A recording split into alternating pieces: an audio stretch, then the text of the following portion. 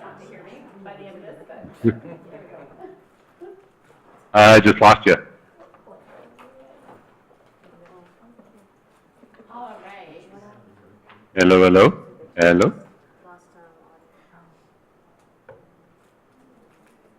So I think we're going to get the live stream back up. Dave is just going to set that up. I don't know if I have to come back over here. Sometimes you have to come back to the middle. It's like reset.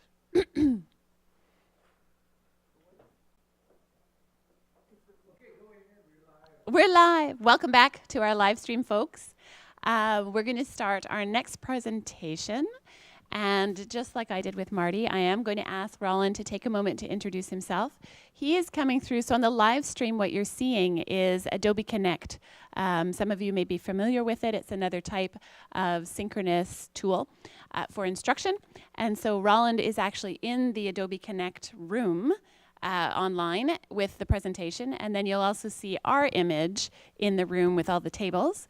And then you're also seeing all of this on a live stream. So just because we really thought we wanted the technology to work hard this morning, we thought we'd try it this way. We've actually been able to do this a few times now, presenting at conferences. So one person has been face-to-face, and then the rest of the research team has been in the Connect room, bring everything up and run it through there, which has been quite lovely, because then everyone can participate. So see, I shouldn't have said that about technology. Now we've lost Roland, but I'm sure he's just logging back in. And so when he comes back in, we will get started. This is some work that I am also a part of at sort of a collaboration between our two institutions, along with Maurice Di Giuseppe, Wendy Barber, Todd Blayon, and Roland van Oostveen. So you will see him come in here shortly. And this is where everybody watches the screen. Okay, when's the name going to appear? One of the things that Marty was speaking about in the community of inquiry model, this is another model that builds off of the community of inquiry. So I think for those of you who are making notes or who are looking on the call website and looking for the different aspects of the community inquiry model, it'll be really interesting as Roland is presenting our fully online learning community model to see where you're seeing parallels. We would love to hear where you're seeing things being either overlapping or completely unclear. Feedback at this point is always welcome because that's how it improves and becomes a stronger model. So we really got booted out. So the one thing about Adobe Connect, well, I have all of your attention, is that in Ontario, it actually runs through Houston, Texas. And so sometimes if there are issues with the internet in the southern states, it can affect your connectivity up in Ontario. Initially, it goes to Front Street in Ontario because everything goes to Front Street in Ontario. But then from there, it gets a relay to Houston. So it is, and I speak of this like I know what I'm talking about, but I know about this much. But it is this much of that real technical backbone that's really helpful to know when you're trying to troubleshoot for students or for us. So I'm going to just check my phone, see if we've lost him for good. Maybe he's coming in via Blue Jeans. Or maybe he decided that I should present this. Okay, I do not see anything there. We'll give him 1 second.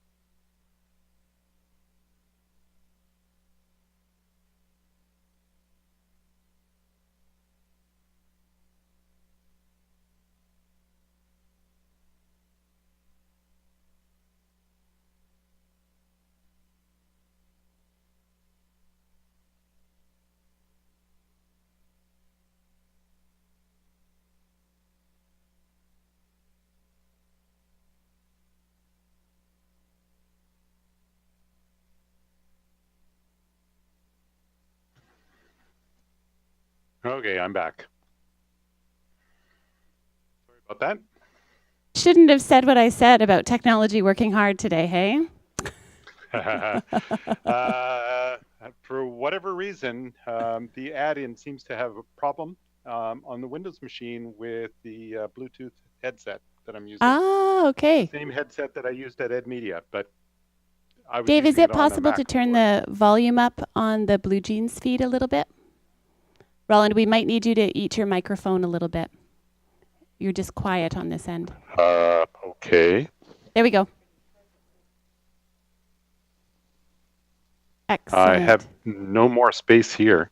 Nope, that's good. You sound much, much better. Okay. So I will turn it over to you. I'll let you introduce yourself to the group. And then are you navigating the slides on Adobe Connect? Yep, I'll be doing that here. Super. Okay. So I will turn it over to you. Great. Thank you very much. This is a little disconcerting from the perspective that I'm seeing a sideways view of the room rather than taking a look directly at your faces. So I'll try to manage with what I can see. So my name is Roland van Oostveen. I'm an associate professor at the University of Ontario Institute of Technology in Oshawa. So I'm coming to you from the afternoon of a very, very hot, sunny day here in Ontario, one of continuing hot days that we've had this summer. The work that I've been working on is very complementary to what Marty was actually talking about, and you'll see where the derivative actually lies. So we're working in the same kind of space, but we're making a slightly different kind of sandbox, if I can start to use the metaphor, and you'll see the metaphor as we're going through. This particular paper is a presentation that we did a couple of weeks ago at the end of June, beginning of July, at the EdMedia conference in Vancouver. And I'm sure because of the work that Randy Garrison, Terry Anderson, and Walter Archer, and Marty, and Norm Vaughan, and all the other people who are involved in the preparation of the COI model have led to the possibility of this particular paper getting an award in June of this year. So we are building on the backs of those previous workers, or standing on their shoulders, as Isaac Newton would have talked about. So this paper then is a paper that's presented by myself, Maurice De Giuseppe, Wendy Barber, and a grad student of ours, Todd Bleon, here at UOIT, and Elizabeth is part of our research group as well. We are coming from the University of Ontario Institute of Technology, but in particular, we are working from the EI Lab, which stands for Educational Informatics Laboratory, and we have very specific kind of orientation to the way that we actually work. And if you're interested in seeing what the EI Lab does, etc., I will put into the chat box our URL, and you can go and take a look at our website, where there's further information about all of this information as well. You'll probably need to see that a little bit larger, so I'll increase the text size a little bit. Maybe that's a little bit better for you.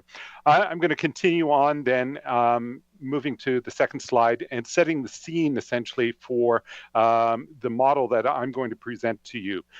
So we have been noticing in the past few years, so this past decade and a half or so, somewhere in that neighborhood, that there has been a preponderance of calls for individuals to be working in a different kind of space within the educational institutions that we've got around the globe.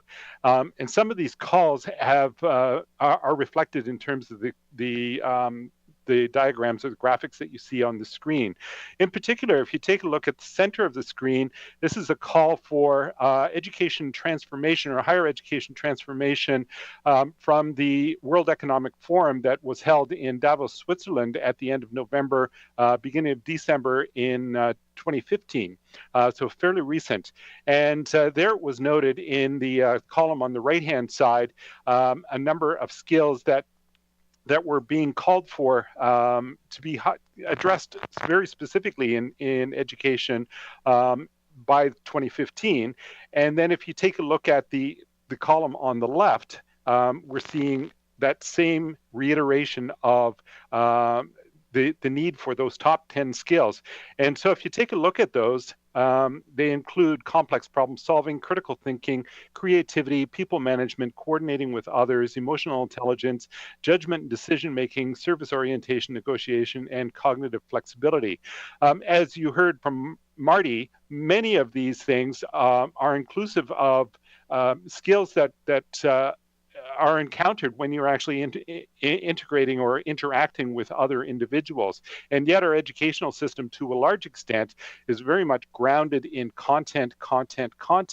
So we're reacting to a certain extent for with the development of this new model to these calls for a greater emphasis on these interactive types of skills.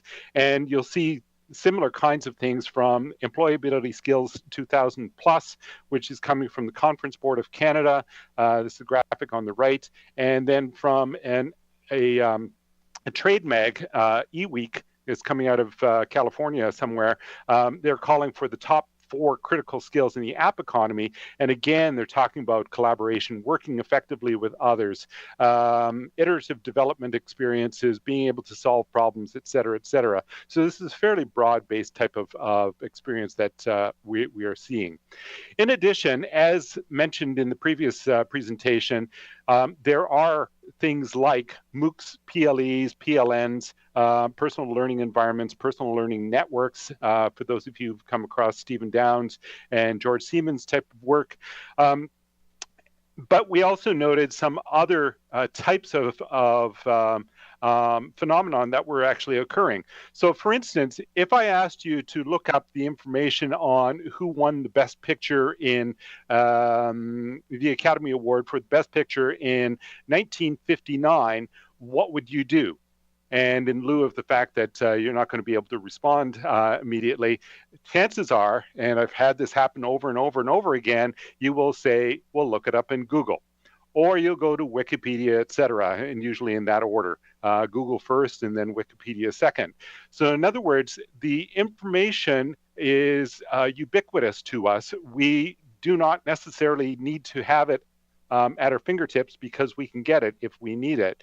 Other places like YouTube are kind of interesting. So if you want to troubleshoot some technology or learn how to put together a I don't know, almost anything, bake something, etc., you'd go to YouTube and take a look at the procedures that are actually outlined in somebody's video that has been posted.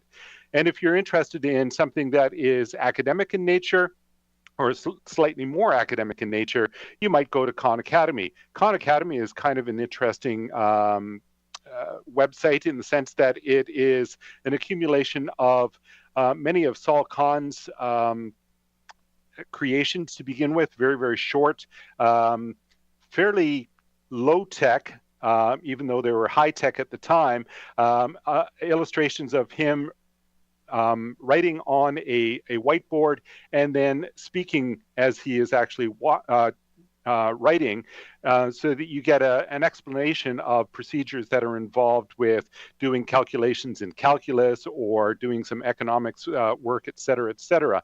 So all of these sites essentially become different environments within which to learn. However, the supports that are available in them is very, very much suspect. So we're looking at this kind of phenomenon as well as the previous call for skills, and we've decided that we need to have the creation of a different kind of sandbox. Now, sandbox is kind of interesting from the perspective that it is going to have some limitations, some constraints, some walls to it. And it's also going to have some inclusions in the sense that it's going to have sand of some type or other, as well as probably some kind of toys, tools, etc., that you can make use of. The reason that we're using the sandbox kind of metaphor is that one of the instances or one of the characteristics that you would have for a sandbox is that you would probably not tell a student what to do within that sandbox. And if you did, chances are that they would not listen to you. They'd go off and do their own thing. There's another characteristic that's kind of interesting about sandboxes as well, in the sense that a sandbox allows you to use creativity, use your imagination in ways that using a textbook or going into a classroom doesn't necessarily allow you to. All right, that brings me to the next slide, where we actually start talking about, so what's the nature of the sandbox that we actually built with the model that I'm going to talk about. We are very, very conscious of the dynamic that's illustrated with the graphic that you see on the screen at this point. There is a dynamic about the amount of control. So how much does the teacher actually control, and how much does the learner really control? And then there's the additional dynamic that's set at 90 degrees to the control one, that's talking about the nature of the tasks that are actually involved in itself. So specified tasks and open-ended strategic kinds of pieces. And the model that we are actually going to be dealing with is very much in the southeast corner. So that is, it is looking at self-directed and collaborative type learning. So that we are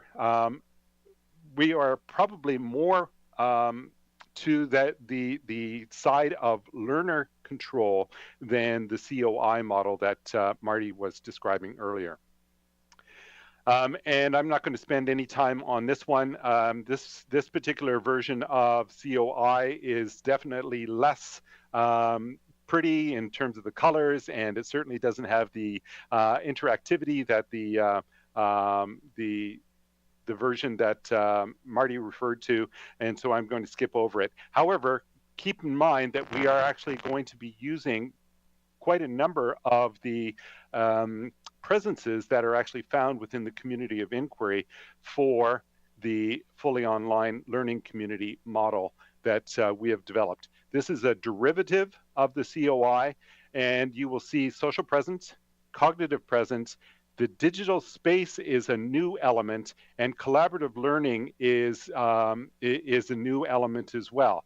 You will also note that the third presence that the COI talks about is not included in this particular model. That is teaching presence. And that is because the teaching presence has been decreased or de-emphasized. It's still there, but it is a very, very different kind of flavor than what you found in the COI model itself. What we were actually dealing with or addressing were two major pieces as we're going along. So not only the COI, but also this idea that students, when given their own opportunities to make decisions about their own education, are usually much more engaged, much more involved in the entire process of learning. And we're talking, of course, about a very different kind of learning type than what is normally addressed in most higher education types of situations. So we're actually talking about learning that's encapsulating not only memory, that is the memorizing of content and the regurgitation of content in some way, shape, or form, the comprehension of the concepts that are involved, etc. But we're also interested in analysis, synthesis, making evaluations, making decisions about the information and how they apply to the particular context within which we are working, etc. And then how all of that can be used to create new understandings and new concepts, new information, etc., as we're going along. So we still have the same kind of emphasis that Marty was talking about in the COI, still being very, very much present in the FOLC model, but it has changed its nature. Moving on to another influence that we're actually dealing with it's the use of the digital technology. As I suggested, the digital space becomes a very, very important part of the FOLC model, from the perspective that we are very, very conscious of all of the opportunities that are available to learners at this present time with respect to open educational resources. I hope you've come across that terminology before. So these are resources that are not proprietary, but they are available for others to actually make use of, and can be shared amongst learners, and the information that is present within them can be shared as well. So we actually make use of all of these things. In terms of the actual framework that you're seeing on the screen, this is a framework that's talking about general technology competency and use, and it was derived by a colleague of mine before he retired, and he's talking about interactions between people as mediated through devices, interactions people to information as mediated through digital devices, and the modification of processes in the computational order so that you can actually create a computational partnership, if you want, or a cognitive partnership, to use David Jonason's words, with a machine so that it can take over the functioning of very, very routine kinds of pieces like processing and storage of information and transmitting them from one place to another, etc., so that the humans who are involved in these processes can spend a majority of their time on higher order thinking, etc. So that this is the model that we have created around digital technologies and competencies in use, etc. And then we integrate these two ideas together. So the GTCU is highly instructive in terms of the way that individuals interact in the fully online learning community. And in fact, we are presently working on the whole idea of developing a readiness index for individuals as they make use of digital technologies for learning opportunities, particularly in the fully online, but also in hybrid, as Marty was suggesting earlier. How do we do all of this? Now I'm getting into the nuts and bolts, etc. One of the things that is very different for the FOLC model as compared to the COI model is the use of problem-based learning within the space, the digital space itself. So this is an indication of some of the way that we actually think about problems. So the way to read this particular piece is not as a mathematical model, but it becomes a metaphor for the identification or creation, as I'd like to refer to it, of problems themselves. So P stands for the problems, and that's equivalent to what's found in the brackets themselves. So the brackets are indicative of the main concepts here. So we've got SD minus SC, and there's supposed to be, the C is actually supposed to be put in subtext there. So SD is the desired situation, where do you want to get to, and SC is the current situation. So a problem can be defined in part by the differential between where you are now and where you want to be. And that is in an inverse relationship with the amount of resources that you have available and the amount of resources that you need to get, the knowledge that you have available, and the knowledge that you need to build. So these are in inverse relationships with each other. In other words, if you've got a lot of resources and a lot of knowledge, it actually makes the differential on the top much smaller, because you've got a lot to apply to that differential. Whereas if you have very little in terms of the resources and the knowledge, the differential becomes much, much larger. O on the outside actually stands for the obstacles that may be in the way between yourself and being able to address directly the differential between the desired and the current situation.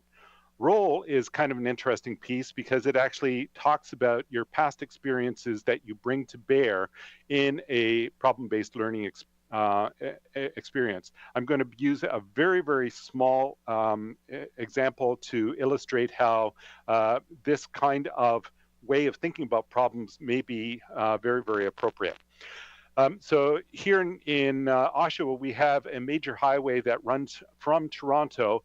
It's called the 401, highly imaginative name. McDonald-Cartier Freeway originally, but I haven't heard referred to using that kind of name for a long, long time. Anyways, the 401 runs along the north shore of Lake Ontario as it comes out of Toronto. And alongside the 401, we have a major railway tributary that's run by CP and CN. These two sets of railway tracks and the highway itself make a major artery in and out of Toronto at this point in time. I would ask you to imagine that you are actually traveling along the 401, coming out of Toronto towards Oshawa to the east, and you see on the train tracks a derailment of a number of tanker cars from a train that was traveling on those tracks. You have the role at this point in time of being the mayor of the town that is in the area where the derailment actually occurred. I would suggest that role would actually define, to a certain extent, how you actually saw the problems. You might, as the mayor, be very, very interested in how do I maintain the safety of the entire community? Do I need to evacuate individuals who are around? How do I find the kind of information that will make it possible to make those kinds of decisions? And if I wanted to go further, I might be interested at a later date, after the safety of individuals has been assured, to make have some questions about, so who is going to be liable for the cleanup, the costs that are involved? Who would be liable for any disruption that actually occurred to the lives of the individuals within my town, et cetera, et cetera. So this actually shapes the way that you see the problem itself. Now think about being an EMS worker, perhaps, coming into the same kind of situation. You see the derailment, and the EMS worker is going to be primarily concerned in the short term with the physical safety of any individuals who are in the immediate area. So it could be individuals who were on the train, so the engineer, any other individuals who were in the specific area, et cetera. So it shapes the way that you see the problem in a different way than if you were the mayor of the town. And if you were an environmental activist, of course, that would change the nature of the beast again. Problem orientation, we already understand that problems come in a number of shapes and sizes. They can be very, very set in certain kinds of ways. And we talk about these from the perspective of Savin-Baden's 5-point model, and Maggie talks about model 1 being very, very set in certain kinds of ways, and Mike Watts in his book about science education, problem solving in science, he talks about given problems. So you're actually in this particular scenario towards the point where the two axes, the open-ended versus the teacher-directed, student-directed, come together. You would talk about giving to the students already what the product is going to look like, as well as a description of the process that they're actually going to be using to create that product. On the far end of the scale, so the own problems kind of piece, or the model 5 using Savin-Baden's taxonomy, would be free and very, very wide open types of orientations. This would entail that we wouldn't tell the students what the product has to look like, nor would we tell them the processes that would be involved. So they actually get to determine all of these pieces together. And if you go back to the FOLC model, and I'll just skip back a couple of steps here. Roland, just while you're doing that, sorry to interrupt you. I have no way, normally I would be able to chat, but I can't do that because of the way we set the screens up. So I've been trying to figure out how to do it without interrupting, but I'm interrupting. Apologies. just to let you know, we have about 2 more minutes for the formal presentation, but I really am trying to protect some time for people to ask you questions because I'm seeing lots of notes being jotted down here. So I'm anticipating lots of questions.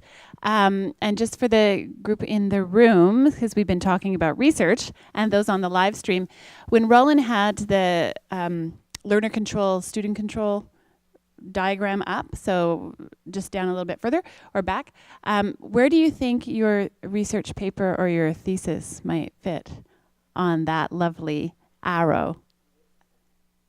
The student directed, absolutely. Absolutely. So for those of you in the room who are thinking, oh my gosh, well, how would you ever do the completely open at that wide end? That's one example. And then I think Roland is going to talk about another example. So I'll turn it back over to you. Because I've only got 2 minutes, so I'll skip very much into an example. So what we've done, what you see on the screen, or should be seeing on the screen as soon as I get it there, here, is an example taken from our Bachelor of Arts in Educational Studies and Digital Technology, and the way that we've actually organized the program, each one of the courses within the program to incorporate most of the features of the model itself. So you'll see in step 1 that you've got a situations context depicted in YouTube. So what we actually do is give to the students in YouTube. So we've got 24 channels running right now in YouTube. And while it might seem like we're actually just creating more content that is going to be in video form rather than in textual form as in a textbook most of the time, in reality, what we are doing is putting together problem-based learning objects. And a problem-based learning object essentially is a video-based case study with a series of questions and lenses that are attached to it. The whole idea of a problem-based learning object is not to convey content, but it is to present a situation or a context, just as I presented a situation to you with the 401 and the railroad tracks, etc. We allow the students to actually query those videos using the questions essentially as guidelines, initial guidelines, and they create their own problems that they're actually going to be working on in collaborative small groups. We give them the opportunity to bring their questions to step 2, tutorial discussions in Adobe Connect. Those tutorial discussions are held in this environment that we've got here. They're limited to 30 students at a time. And typically, if we've got a large group, so that would be 90 plus individuals, there would be an instructor plus a TA, but our roles are primarily to facilitate the discourse that actually occurs within those spaces. Once the students have clarified the problems that they're actually going to be working on, they've identified their teammates that they're going to be working with, and they've started to conceptualize what solutions to the problems might be, then they go to step 3, and they're working in small groups of 3 or 4, and they are working on their tasks in some kind of shared digital space. So in other words, they are actually creating their own digital space that they're going to be working within. They might start in Google Docs as an example, but they're very, very quickly going to find that they need to use a combination of a whole bunch of things. So we have a space that's available inside Adobe Connect that's available to them 24/7, 365 days a year, where they can actually come in and have small group work.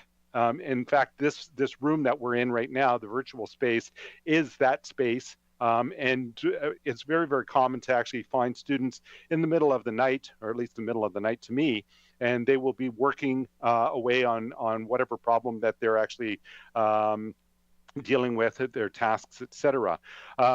We only make 2 requirements on them. That is that the space that they're working in needs to be shareable, and secondly, they need to actually share it with the other individuals within their learning context, the learning community, etc. When they actually have something that is of value to others, they actually make presentations to the rest of the group that is in their tutorial section.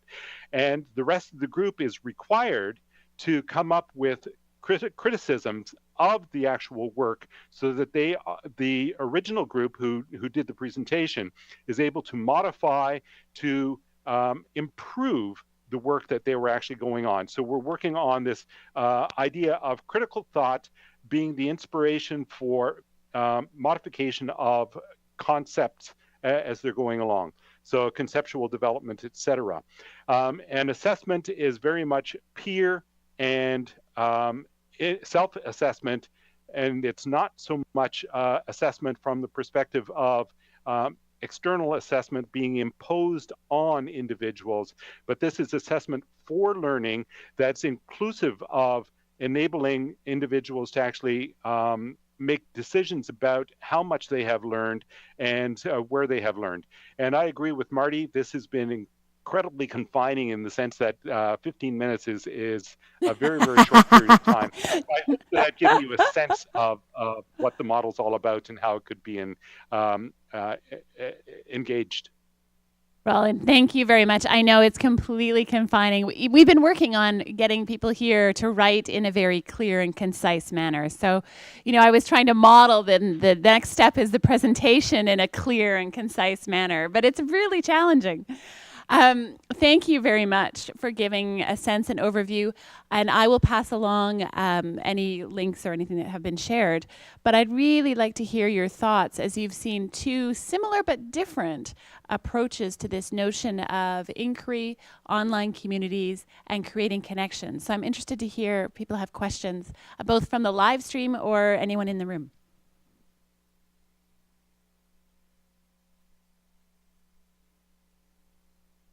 I had a question about because it seems like for me there's two big differences going on with the model, and that's taking it fully online and also changing the teacher-student relationship in terms of where they stand to each other. And I'm wondering which you see as being the biggest challenge in terms of implementing the model.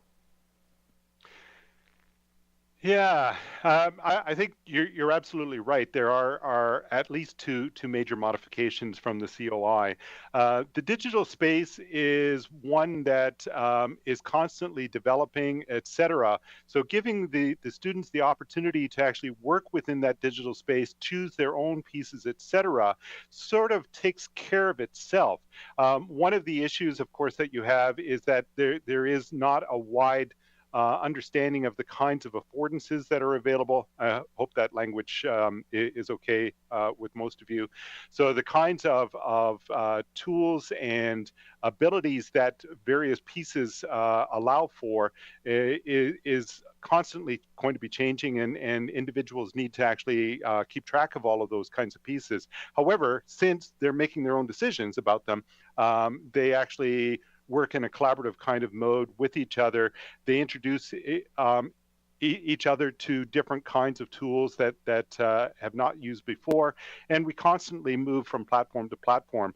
So instead of working within Blackboard as an LMS, we actually have made use of Facebook, LinkedIn.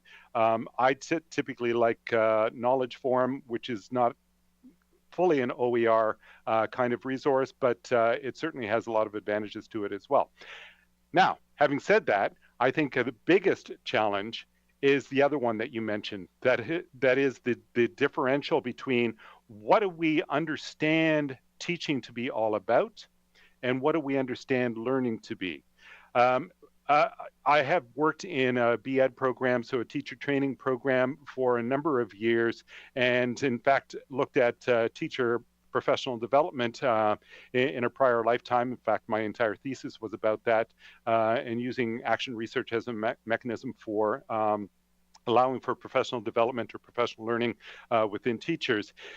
Teachers themselves and their students see themselves as primarily being information disseminators, and to a large extent, gatekeepers. And that, I think, is the largest challenge to all of this, because we are calling on educators to becoming fellow learners along with their students and helping to facilitate the learning of each other as we're going along. So that becomes a huge challenge, because it means that we need to change our understandings, our definitions of teaching and learning. Super. Thank you, Roland. Marlene, do we have anybody on the live stream that has a question? Okay. Thank you. Anybody else who has a question? Brian? Just kind of dovetailing on the end of that too, I'm wondering if you can talk a little bit about the readiness index and just how not only learner readiness is established, but instructor, administrative, kind of on all angles of the readiness spectrum, and how you establish kind of a baseline, and how much is just learning as you go for a lot of this. Yeah, in fact, I haven't heard about the result of a funding proposal that I put in that actually talks about the building of the readiness index.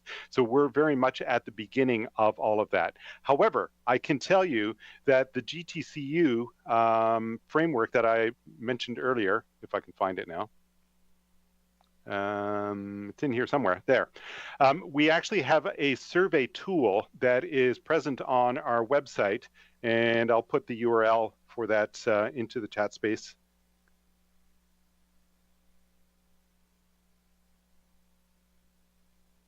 This particular tool is available. This is a generic version that you're seeing there, so it can actually be shaped for individual groups, etc. This tool allows us to determine, to a large extent, the kinds of competencies that individuals have with respect to 6 different types of digital technologies, ranging from laptops, desktops, all the way through to wearable devices, to Internet of Things devices, appliances, etc. And we actually take a look at each of those device types with the kinds of uses that you would actually use them for. And we look at it from the perspective of this framework that you see in front of you in the screen itself. What we hope to do is then tie that survey in some way, shape, or form to the kind of competencies and uses that are required inside of social presence, the cognitive presence, and working within the digital space for collaborative learning kinds of pieces. And we hope to actually make use of a survey tool that was put together by Randy Garrison, etc. It's called the COI Community Inquiry Dimensions Survey, or something along those lines. And what we'd actually like to do is then modify that so we end up with close correlation between what's actually declared on the GTCU with what's happening in the FOLC survey that we'll come up with. And that will give us, we hope, a readiness index, some way of actually measuring the preparedness of individuals to engage in collaborative learning and cognitive presence and social presence and work within the digital space that's defined within the FOLC. I don't know exactly what that's going to look like yet, but I'm giving you my best guess as to where we're actually headed over the next year. Super. Thank you, Roland. I just pulled up the graphic on the live stream so we can see the general technology competency and use piece. One of the nice things about this particular graphic is it gives you that visual of what the profile looks like, but also to the left of it, it gives you a lot of the theoretical underpinning behind this. So one of the things we've heard in both of the speakers this morning are ways that you now can go digging deeper. We've been talking all about theoretical frameworks on this end, Roland. So now you've got some starting points to go prototyping deeper and then explore some of the theoretical underpinnings for models like this, like the FOLC model, and like the community of inquiry model. Can I just jump in? Absolutely, I think that will be our last piece before the guys are dying of coffee. That sounds good. Anyways, one piece that it's implied in everything that I'm actually talking about is Moore's concept of transactional distance. So what Moore actually talks about is transactional distance as being the psychological can cause or can lead to misunderstandings or lack of clarity in terms of communication itself. What we have deliberately done in the FOLC is try to decrease the transactional distance. So we have decreased or de-emphasized the teaching as defined as telling kind of piece within the actual FOLC model. We have increased the possibility for individuals to actually take control of their own learning and therefore make their own decisions. So at the end of the day, what we hope to find is a community of individuals that are homogeneous in the sense that they have the same kinds of powers, the same kinds of opportunities, the same kinds of possibilities of learning, even though they are going to be learning different kinds of things. But they can learn from each other as they're interrogating each other, as they're challenging each other, as they're supporting each other within the community that is developed. I think I'll leave it at that, Elizabeth. Super. Thank you so much, Roland. I know we have another question, but I also know people, Mary, if you can just hold that question, just because I know we have people ready for a stretch break and a coffee, and we have a group of panelists coming in next. So before we sign off from you, I would like to send you, get ready to catch. This is coming your way, and it will be coming a little thinner, a little less purple. But thank you very much, Roland, for taking time in your Sunday morning afternoon to come into the office and talk with us. And so big round of applause. My pleasure. And we will see you soon. Take care. Thanks, everybody. For those of you on the live stream, we're going to take a 15-minute break, and then we'll just get set up with our panel and come back and start our panel discussion. For those in the room,